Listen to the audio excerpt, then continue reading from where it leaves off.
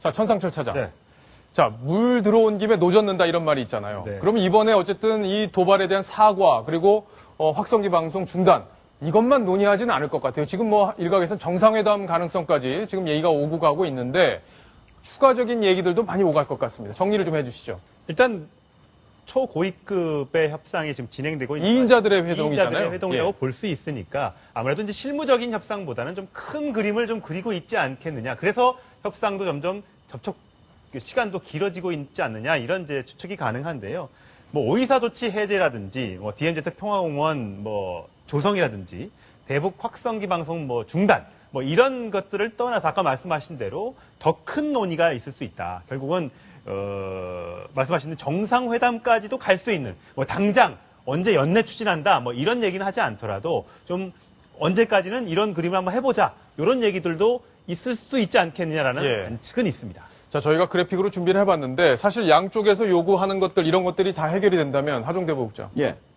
거의 남북관계 그냥 급속도로 진전돼서 여러 가지 평화적인 교류가 가능해지는 수준까지 남북관계가 좋아지지 않을까요? 어떻습니까? 그렇죠. 이번에 어떻게 보면 자그마한 충돌에서 여기까지 전면전 불사까지 오게 됐는데 이거를 계기로 만약에 저쪽에서 사과를 하고 그리고 우리가 대북 확성기를 중단을 하고 예. 거기에서 나가가지고 우리는 조금 더 북한을 여러 가지 지원을 해주고 북한에서는 또 거기에 관련해가지고 박광자 씨 뭐 피격 사과라든지 천안함 폭진도 사과하고 그리고 박근혜 대통령이 하반기에 상당히 의지를 가지고 추진하려고 했던 이산가족 상봉 이런 것까지도 응해준다면은 예. 그 다음에는 양쪽의 정상회담까지도 연결이 될 수 있는 아주 좋은 계기다 예. 이렇게 볼 수 있습니다. 그렇군요. 네.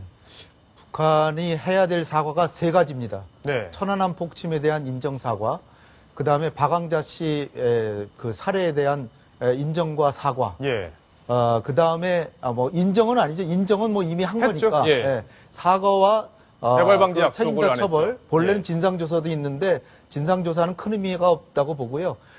재발 방지에 대한 확실한 약속, 그 다음에 그것이 금강산 관광으로 이어지려면 일단 현대아산이나 우리 정부 재산을 압류한 걸 풀어줘야 됩니다. 그렇죠. 그게 예. 기본이고요. 네. 그 다음에 박광자 씨 피격에 사과하고 재발 방지를 정부 대 정부의 차원에서 확실히 약속하면 금강산 관광은 빠른 시일 내에 재개될 수 있습니다. 예. 그 다음에 천안함 폭침을 사과하고 하면은 오이사 조치 해제를 그것도 급물살 탈 수 있어요. 연결되는 거잖아요. 오이사 조치가 해결된다면 이제 남북 관계는 진짜 급물살로 갈 수 있는데. 그러니까 오이사 조치에서 예. 경제 관련 교류 같은 것들이 다 지금 막혀 있는 상황이죠. 그렇죠. 일단 우리 정부는 북한은 뭐 대통로라 그러고 우리는 소통로, 3대 핵심 소통로라 그러는데 문화협력이라든지 환경이라든지 산림협력 이런 거에 있어서 우리가 상당히 대대적인 지원을 할 수 있는 용의를 이미 드레스덴 선언에서부터 대통령께서 표명하셨고 예.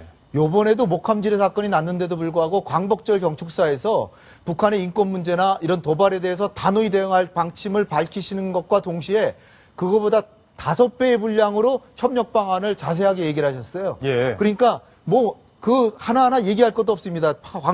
광복절 경축사에 나온 내용만 해더라도 3대 이 실천 과제들이 있기 때문에 그걸 하고 그 다음에 유라시아 이니시어티브 같은 정말 거대한 프로젝트들 뭐 철도 연결, 가스과 연결 뭐 여러 가지 사업들을 할 수 있습니다. 따라서 김정은이 근데 공은 지금 김정은한테 넘어가 있거든요. 예. 김정은이 이 3대 사과만 해낸다면 남북 관계는 급물살로 갈 수 있어서 연말에 정상회담 얼마든지 가능하다고 봅니다. 그렇죠. 그러니까 폭넓게 논의 중이다라고 분명히 민경욱 대변인이 어제 얘기를 했단 말이에요. 그러니까 단순히 지뢰 도발뿐만이 아니라 다른 차원의 얘기도 하고 있다 이런 얘기를 청와대에서 인정을 한 걸로 해석할 수 있는데 네. 중요한 건 결국에는 정상회담이 열릴 수 있느냐 여부인데 네. 어떻게 보십니까? 가능성. 사실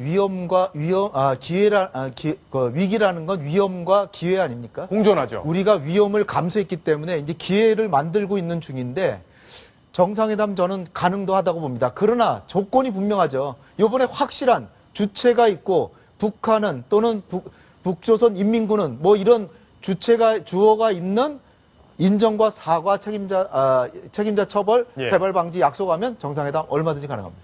그렇군요. 저 임태희 전 청와대 대통령 비서실장과 김양건이 싱가포르에서 만나서 이명박 대통령과의 정상회담을 추진했던 적이 있었는데 그때도 북측에서 요구를 뭔가를 했단 말이에요. 그래서 결국엔 결렬이 됐었는데 이번에도 만약에 정상회담이 추진이 된다면 북한이 그런 조건을 내걸 가능성, 그것들이 또 장벽이 될 가능성은 어떻게 보십니까? 하정대 부국장.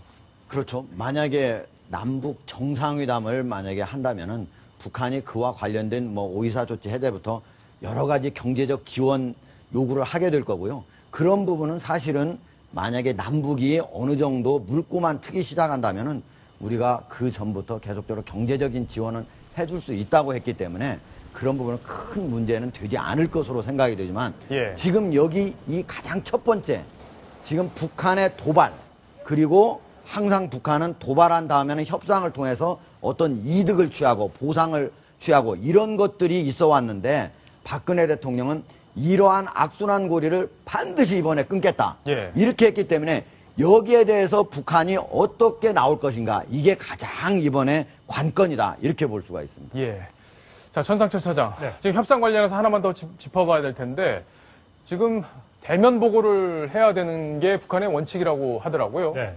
그래서 협상은 평화의 집, 우리 측 평화의 집에서 하고 또 북한의 평양까지 가서 김정은을 만나서 지금 남측에서 이런 요구를 하고 있습니다라고 대면 보고를 해야 된다. 그래서 협상이 좀 진행이 좀 잘 안 되고 있다. 이런 얘기들이 나오고 있는데 네. 거리가 굉장히 멀죠. 이 협상장하고 네. 김정은이 있는 곳이. 사실 뭐 도로 사정만 좋다면 예. 헬기만 마련된다면 금방 갈 텐데 거리가 좀 멀죠. 지도로 따져보면 거리상으로 한 100km 정도가 됩니다. 김정은에까지요.